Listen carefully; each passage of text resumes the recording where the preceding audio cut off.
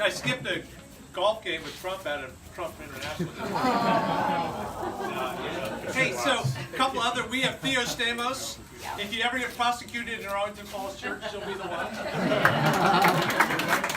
And then you can pay your fines to the clerk of the court for Arlington Falls Church, Paul Ferguson. Oh, where's Paul? And then, however much your house or your car is worth, that's up to Mr. Clinton right there. None of them are running for election, though, whatever. Hey, so imagine, if you will, 1894. Grover Cleveland, the only president to serve 2 non-consecutive terms, a Democrat. 1894 was the year the railroad workers of the Pullman Palace Car Company lived in a company town called Pullman outside of Chicago. And George Pullman, the CEO of the company, decided to cut their wages and raise their rents. And they protested like crazy, so he fired them all and evicted them all from their homes. And the only good news about that is that prompted Grover Cleveland to sign legislation that created Labor Day today. Great. And you would think, since 1894, we'd have come a long way in terms of labor and workers' rights. And I really wish that were the case. But you look at it, if you make minimum wage in America today, you're still at poverty level. We just passed the largest legislated deficit in history with that crazy tax cut. We're finding that more than 90% is going to the wealthiest Americans, almost none of it to our workers. We're finding that most American workers are stagnant. Their wages haven't risen in almost 3 decades. And labor, when labor unions were strong, there was a lot less income inequality than there is today. I mean, now we have the Janus decision where the court said public sector unions can't charge dues to people that don't belong. And the worst thing this week was Donald Trump saying he's going to freeze federal employee salaries. This, it's amazing. We have 2 million federal employees. The ratio of federal employees to American citizens is the lowest it's been in any of our lifetimes. They get fewer people doing more work for less money than ever before. So we have to stand up to that. And the single way we can do that most strongly is by taking back the U.S. House in just 9 weeks.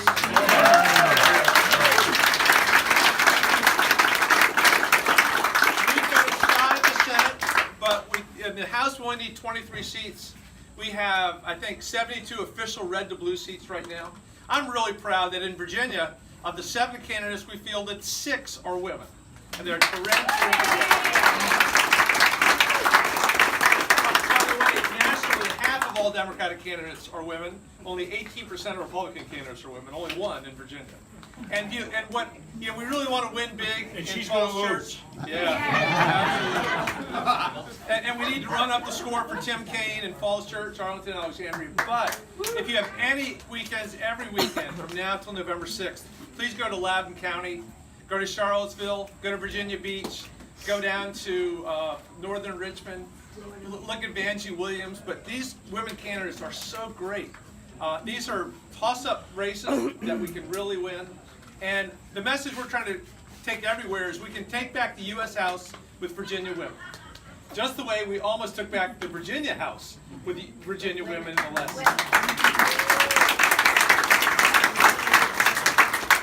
And by the way, that's also the single strongest thing we can do to strengthen workers' rights in America and to move incomes in the right direction. We also need to have a really good president in 2020, a Democratic president. I don't know who that's going to be, but I do know that Virginia, the birthplace of democracy and the mother of presidents, does offer up some awfully good people. For example, there was one guy who pardoned 200,000 felons and restored their rights. And when the court said he couldn't do it all at once, he signed every one of them individually. There was one guy who fought to make Virginia the first state that didn't have any homeless veterans. There's one guy who spent 4 years trying to take healthcare, Medicaid expansion to 400,000 more Virginians. One guy who created more jobs than any Virginia governor in history. Ladies and gentlemen, Your Excellency, Terry McAuliffe. All right, everybody. Let's hear for the greatest member of Congress to ever serve, Don Beyer. It's great to be here at Falls Church. We just were in Alexandria together. We're hitting a whole bunch of different areas today to get the vote out. First of all, happy Labor Day to everybody here today. Let's give labor a big round of applause.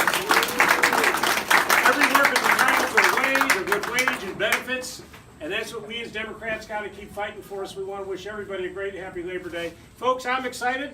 But then again, I'm always excited, but I'm really excited this year. This is going to be a great year for us, folks. We are going to win the United States House of Representatives.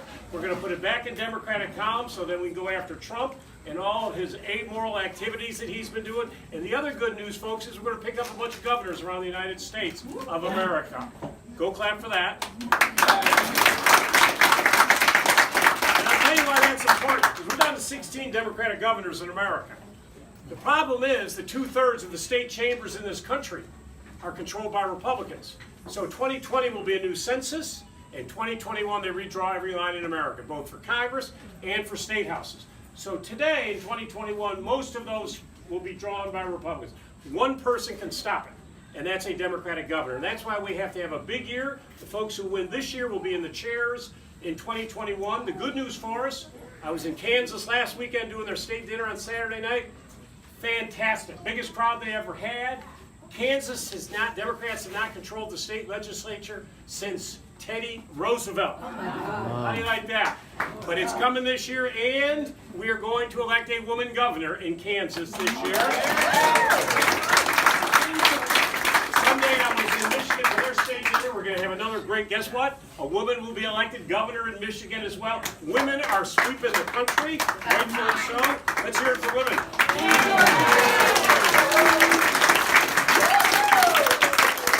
Today we'll pick up in Maine, in Michigan, Illinois. We'll definitely pick up Nevada. We'll pick up New Mexico. And guess what? Scott Walker's losing in Wisconsin. He's 10 points down today. You want to talk Labor Day? We all know what Scott Walker did when he got both chambers in 2010. Roll back and taking away all the workers' rights. You know what else he did? He passed a voter ID law. Folks, this is why this is all important. We got to focus on 18, but a lot of it have implications for 20. In 2010, they put both chambers back in Wisconsin. And then they took away all the worker rights, as you know. But what else did they do? They then passed a new voter ID law. And overnight in Wisconsin, 300,000 people did not have the required voter ID in order to vote in Wisconsin. And as you know, Hillary lost the state by 22,000 votes. Yet 300,000 people didn't have the right ID. In Milwaukee, very democratic city, 44,000 people disenfranchised. That is what they do. So that's why 18 is as big as it gets. People talk, forget Trump. Let's talk about how we win in 18, because 18 will set the course. And the message that I give everybody, you want to talk about success? Why am I invited to speak at all these state dinners across the country? Because they look at Virginia, which was a red state, and is now a blue state. Woo!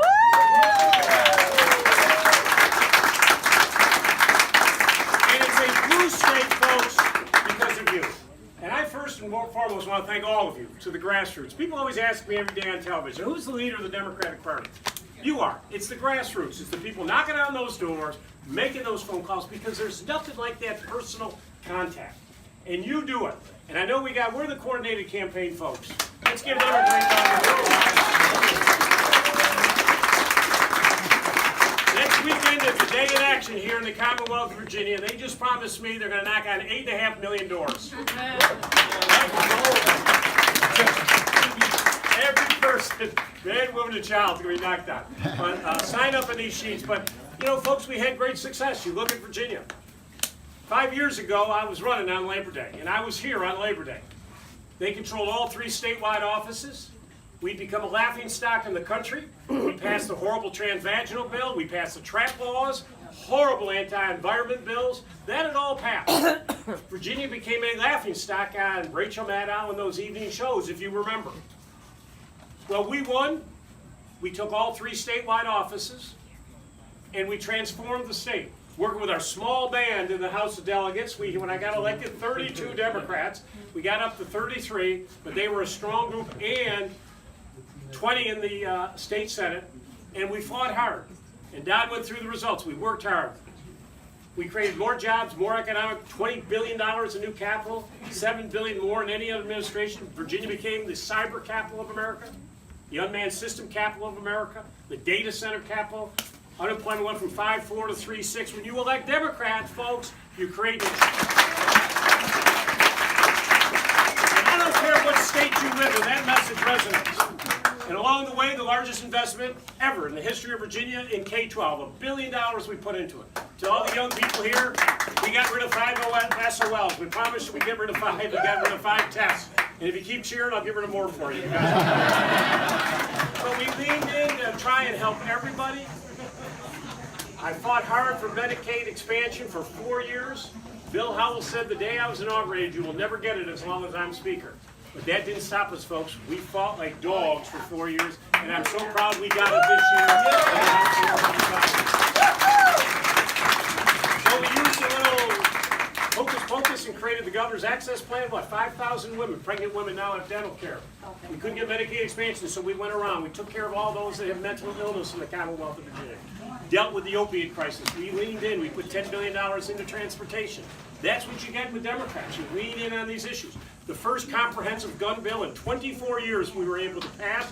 We have the toughest protective order law in the United States of America. Today, if you have a domestic abuse situation and you get a protective order, you have 24 hours to hand in your gun or you will be charged with a Class 6 felony. It's the toughest in America. And guess what? Already 11 people have been convicted as felons and have gone to prison because of that law.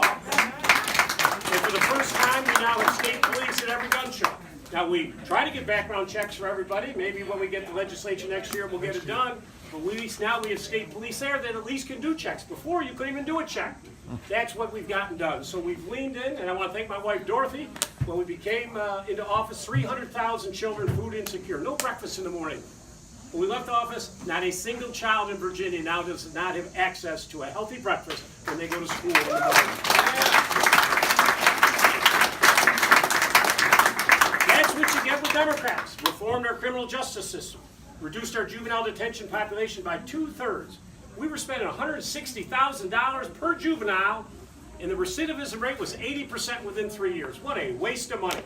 Well, we shut down the facility, built smaller, community-based, family-oriented, and our recidivism rate has dropped in half. And for our adult population, for 2 years in a row, the lowest recidivism rate in the United States of America. When you invest in people, you win. And that's why this matters, folks. And as Don mentioned, people say, what was your best, worst moment? My worst moment, of course, was Charlottesville, when 2,000 neo-Nazis and white supremacists and alt-right came into our beautiful state, spewing hatred. I talked to the president that day, told him what was happening. Unfortunately, he went on television and said it was both sides' fault. Well, you know, 32-year-old Heather Heyer was killed that day. She was not there to protest for hatred. She was there to protest against hatred. So I had to go on television and clean up the president's mess and told him to get the heck out of our state. We don't want you in America.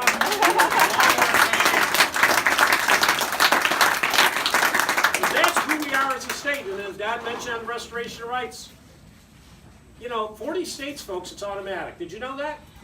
Once you're done with probation, you're entitled to go vote. But no, not here in Virginia. It goes back to 1902 when Senator Glass put a disenfranchisement of felons, a poll tax, and literacy tax in our Constitution. And his quote that day was, "I'm doing this to eliminate the darky from being a political factor in Virginia." That was his quote. 114 years later, new sheriff in town, and with my swipe of my pen, I restored the rights of 206,000. And as you know, they sued me. They took me to court. I got sued twice. I got sued for contempt of court. I loved it. 10 days in the Richmond, you know, I would have lost a little weight. I would have been okay. Instead of letters from Birmingham, and I had letters from Richmond. But they finally came to their senses because they were wrong on the law. And I'm very proud that 173,000 people now have their right to vote back here in the Commonwealth of Virginia. And because the court ordered me to do it individually, when I did the order, I don't think a lot of people knew it. A lot of felons weren't reading newspapers. But when I had to do it individually, I said, oh, so what did I have to do? I did the order, big beautiful parchment with the seal and my signature. I put it in a big envelope. I put a voter registration form in the envelope and a self-addressed envelope and mailed it to 173,000 people. Hey,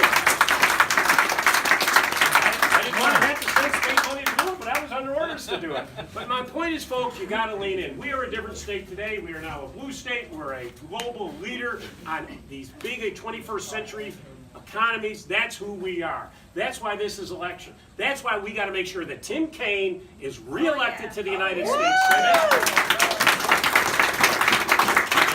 I mean, we're blessed with Mark Warner and Tim Kaine and a great congressional delegation. We're blessed.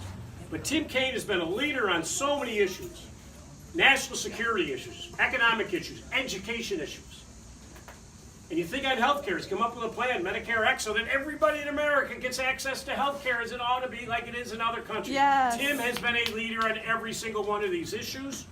And that's why we got to make sure he wins, and then we got to make sure we pick up a bunch of members of Congress. This is going to be a great night in America. But the spark plug here, once again, is the Commonwealth of Virginia, as it was last year, when we picked up 15 seats, the most since 1880, led by 11 women. We're going to do it again this year, then we're going to come back and take both the House and the Senate. Next year, we're going to have a Democratic majority, $15 minimum wage, folks, right out of the box. Yeah. We want to talk about Happy Labor Day. Legislature for 1 day.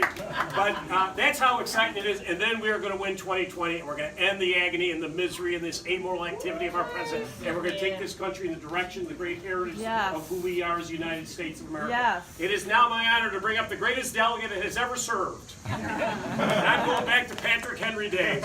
But, Marcus was right with me. We had a lot of battles. He and I actually enjoy a good battle, but we leaned in on all of these very, very tough issues. As I say, only 33 out of 100 we had to deal with, but they were strong, they were tough, they never gave up, and folks, we never lost. Ladies and gentlemen, Delegate Marcus Simon.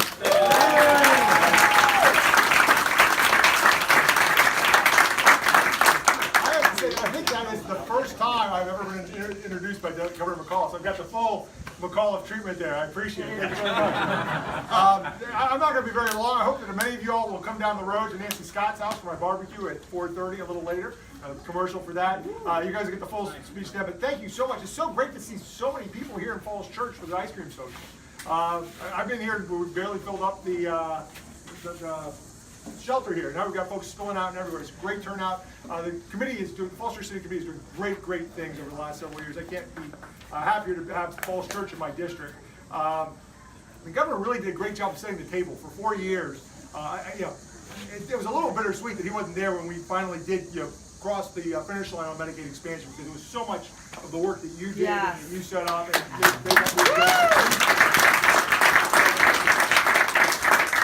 And he talks about being at 32 and 33 when we couldn't even, in the House at any rate, we couldn't even sustain a governor's veto. Actually, during his midterm election, when typically we would have lost seats in the House of Delegates, we actually picked up a seat in the House of Delegates, and we actually did get to the veto-proof majority, so we have to win 1 day a year. The Republicans would have their way all 60 days of the session, but 1 day of the year, and I will thank the governor. He made it. He knew we only had 1 day of the year that we could actually outvote the other side. So he set a record. He sent us 110, 120 bills. 120 bills, the most ever vetoes down, so that we could sustain them and actually have some fun every day in April when we came back for the veto had some session. fun. And we did. And so we were able to do really some great things, and I think we will do even more great things in Virginia. Having picked up 50, I tell you though, as much fun as that was, it's a lot more fun to be at 49, to be within one vote where we only have to grab one person from the other side to start to get things done when they have to start being nice and actually let me pass bills every now and then. They can't just send my stuff off to a subcommittee because they know that I can't do anything about it. We've got 48 good friends, including 15 brand new ones. And so it's been a lot more fun this year, and it's going to be even more fun in 2020 after we pick up another 5, 6, 7 seats and take back the Virginia House of Delegates in 2019 with the help of folks like you. So, thank you all for everything that you're doing. Let's go out and make sure we do, like we said, run up the score for Tim Kaine. And if you can't, you don't have to go that far. I mean, McLean, just a few blocks away, you've got Jennifer Wexton Terps. I'm sure they'd love to have you guys knock doors. I can't wait to have her as our Congresswoman in the 10th, right next door. And that way we'll have her and Don and Jerry all at my Labor Day picnic next year. So thank you guys very much. And have a good day. I believe Congressman Beyer may have to head on to his next event. I think this is probably your 8th or 9th event today. You're welcome to stay, sir. We want to give you a chance. But Governor McAuliffe has been kind enough to say that he'll answer a couple of questions. Sure, if you have any questions. But we didn't want to detain you. So many thanks to Congressman Beyer for being with us.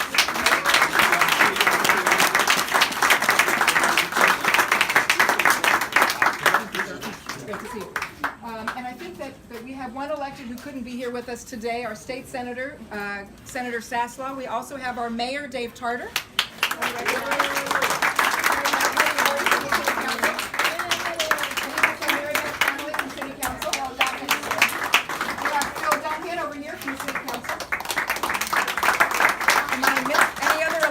That I am missing? Tom, we already recognized Tom, but we can recognize Tom again.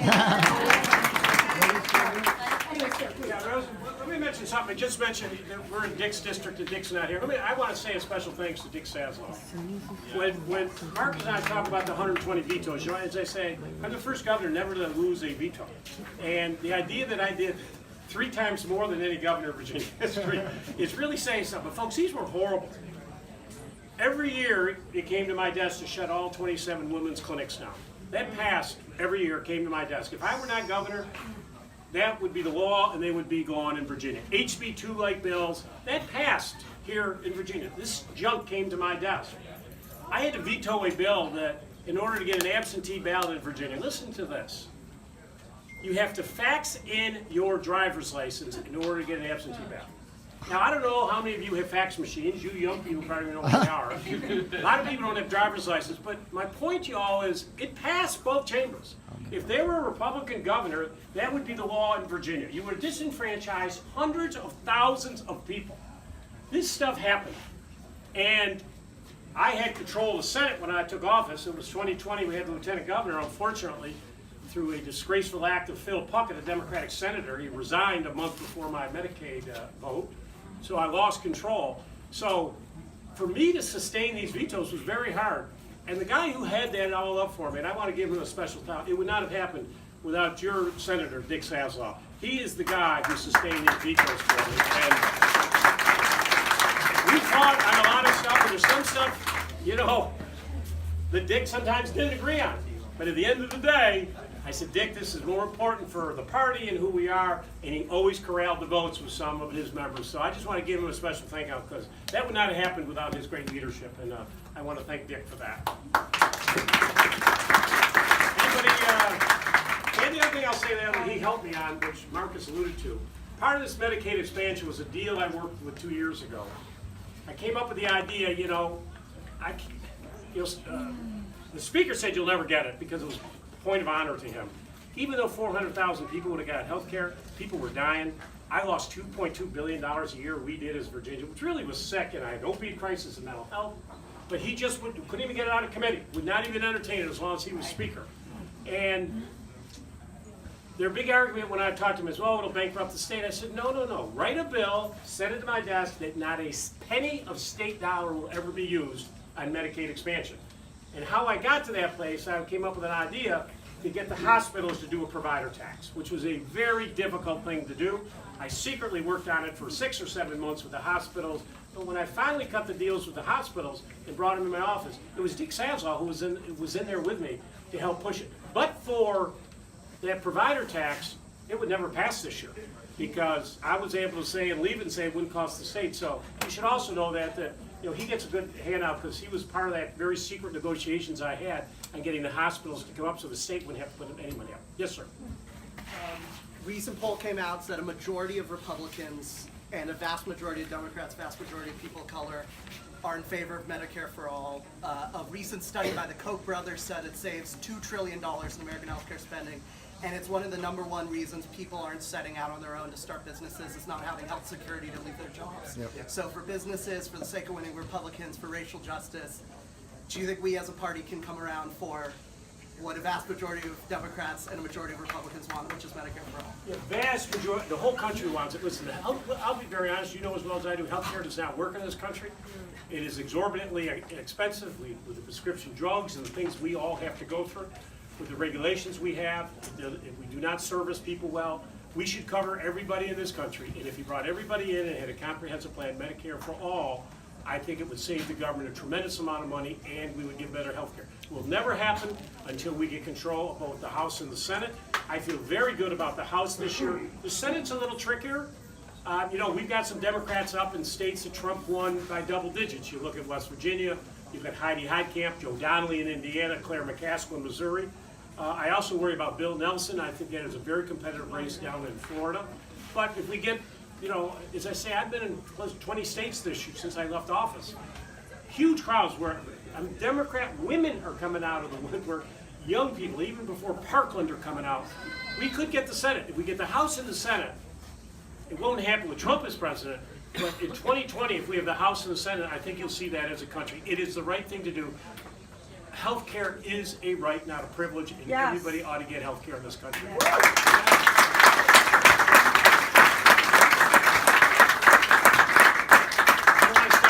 Ice cream. So you're running for president, right? I am all focused on 2018. I'm not being coy, I get asked this a lot. I am killing myself on 18. I think it's the most important thing we have going. I think after the November 2018 election, I think the 20 people who are probably considering it will take a look at it and they'll make their decisions. But I really bothers me that people are even beginning or talking about it. Our future is on the line. If we don't win these governors, folks, we'll be out of the game. We've been out of the game for 10 years at the state level. And the point I try to make to Democrats around the country, no offense to Congress, nothing gets done. All the rollback of individual freedom, progressive values, it's happening at the state level. As I say, I vetoed 120 bills. That would be law today. But that's not just Virginia. They control 2/3 of the chambers in America. The Koch brothers put up $1 billion 10 years ago. They took over North Carolina. They went into these progressive states and they took them over. And they've rolled back and they've made it harder for people to vote. New voter ID laws. They shorten early vote. They know what they're doing. We got to stop that. And so, let's focus on 2018 and we'll have a beer in December. We'll see what happens. Yeah.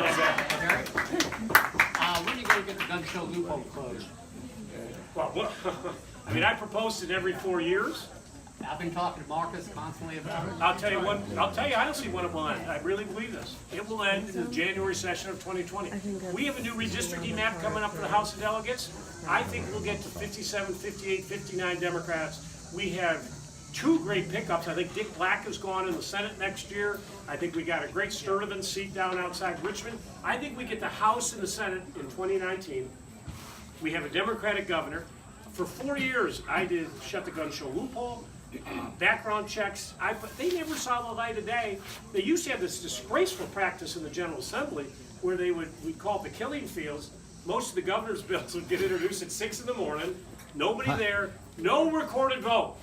No recorded vote. So a very important piece of legislation, no one even knew who voted yea or nay on it. Disgraceful. Disgraceful. So I think it's coming. I'm just telling you, we're going to win the House and Senate with the governor. You know, $15 minimum wage, background check, shut the gun show loophole. It is going to be a new day here in the Commonwealth. My only point is the majority of Virginians feel this way. But why haven't we gotten it? You know why, because they have gerrymandered the districts. The maps that we put forth in 2011 were horrible, and it put the House of Delegates Democrats into a permanent minority, and we get more votes. And yet we don't control either chamber. Ohio, Democrats in the state legislature get 60% of the vote, yet they don't control either chamber. Michigan, 56% of the vote Democrats get. We don't control either chamber. It's because of these horrible gerrymandered districts. I happen to be for nonpartisan, independent commissions to draw all 50 states. You got to get the politics out. Today, politicians pick their voters. Voters don't pick politicians. That's a joke. It's all picked ahead of time. It's ruined our country. Why would Bill Howell not do Medicaid expansion? I used to have 12 Republicans come over the governor's mansion privately, sneak in. Governor, I'd vote for it tomorrow. I know it's the right thing to do. I have a rural district. I got an opiate crisis. I need the money. But Governor, if I do, I'll lose my Tea Party primary. And they were terrified of a Tea Party primary they would lose their job that pays them $17,000 a year. Think of that. But a platinum health care plan they get. Platinum health care plan. I'm just using him as the example. He always voted with me. But that's the problem, because they're scared of the primaries, and it's just driven people into the corners, and nobody will work together. So I consider myself a very fiscally conservative, pro-business Democrat, socially very progressive. I think that's where most people are. Protect your taxpayer money, spend it wisely, create jobs, and leave people alone. So I think we have time for one more question from Don. So, Terry, thank you very much for coming and for your remarks. You've covered two of the branches of government. I have a question about the third. How are we going to stop Brett Kavanaugh from getting on the Supreme Court? Yeah, it's a good question, and this guy should not be on the court.